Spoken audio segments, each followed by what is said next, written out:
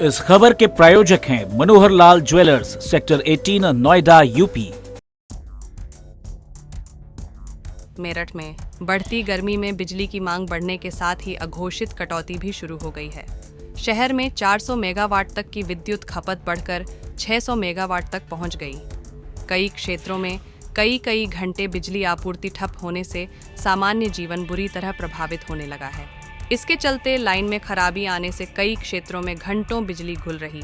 शहर के अधिकांश इलाकों में दिन और रात बिजली कटौती से लोग बिलबिला रहे हैं।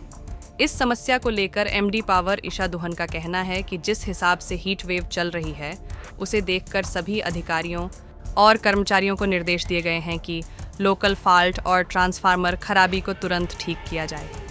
इसके अलावा जिन इलाकों में बिजली लगातार जाने के कारण लोग परेशान हो रहे हैं, उन इलाकों में जाकर लोगों की समस्या को दूर करने के लिए भी अभियान चलाया जाएगा।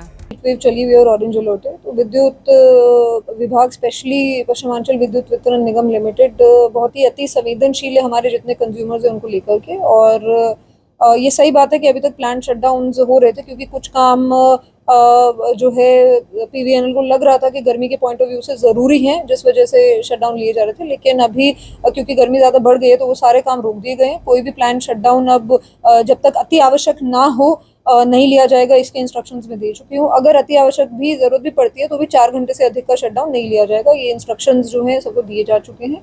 और इसके अलावा जो है इस बार गर्मी से जो है थोड़ा रिलीफ मिले, इसलिए मेंटेनेंस मंथ हुआ था फरवरी में, उसमें बहुत काम कराए गए थे। पिछले साल जो बिजनेस प्लान थे उसमें बहुत काम कराए गए थे, एडिशनल बिजनेस प्लान में भी बहुत काम कराए गए हैं, जिस वजह से जो है हमारा ट्रांसफार्मर डैमेज अगर मैं देखूं 100 एंड अबव का तो 15% कम हुआ है पिछले साल से। तो वो भी एक जो है उसमें लगातार काम कराए जा रहे हैं। और अब अभी भी इस साल भी हमने बिजनेस प्लान में अगली गर्मी से ताकि और दिक्कतें नहीं आए, हमने लगभग 1200 करोड़ के काम लिए हैं 24-25 के बिजनेस प्लान पे, जिसपे हम काम जून से शुरू कर देंगे जैसे ही आचार संहिता हटेगी।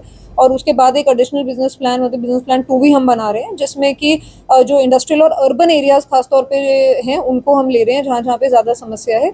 इनमें इंक्रीजिंग कैपेसिटी के काम रहते हैं, जिसमें ट्रांसफार्मर की क्योंकि क्षमता वृद्धि वाले कार्य रहते हैं, जर्जर लाइन बदलने के कार्य रहते हैं, पोल अतिरिक्त जहाँ पे आवश्यकता है या पुराने हो गए हैं उनको रिप्लेसमेंट के कार्य रहते हैं, सारे कार्य लिए गए हैं। और इन कार्यों का भी लगातार इंस्पेक्शन भी चल रहा है। जैसे आप जानते हैं कि अभी हमने 1-2-3 मई को भी सबका रैंडम इंस्पेक्शन कराया था और लगातार टीपीआईए जो है थर्ड पार्टी के माध्यम से इंस्पेक्शन होता है ताकि काम जो है वो सही काम हो। इसके अलावा जो है सभी फील्ड ऑफिसर्स को निर्देश दिए गए हैं कि अति संवेदनशीलता बरतते हुए हाईएस्ट सेंसिटिविटी रखनी है पब्लिक कंप्लेन को लेकर के, और सभी अधिकारी अपने अपने जो है जो कंप्लेन्स हैं उनको रिसीव करें, उनका तुरंत रिड्रेसल करें, जो हमारा रिस्पांस टाइम है वो कम से कम हो। साथ ही जो आपका कंट्रोल रूम है हेडक्वार्टर लेवल पे भी फंक्शनल है कंट्रोल रूम, हर जोन में कंट्रोल रूम फंक्शनल है। इसके अलावा हमारा 1912 जो हेल्पलाइन नंबर है वो 24/7 एक्टिव है, उसमें पूरी एक टीम लगी हुई है डेडिकेटेड जो सप्लाई रिलेटेड इश्यूज को रोज मॉनिटर करती है, तो उस पर किए जा चुके हैं। इसके अलावा जो कंप्लेंट्स आती हैं फील्ड से कि एसडीओ जो फोन नहीं उठा रहे, उन पर भी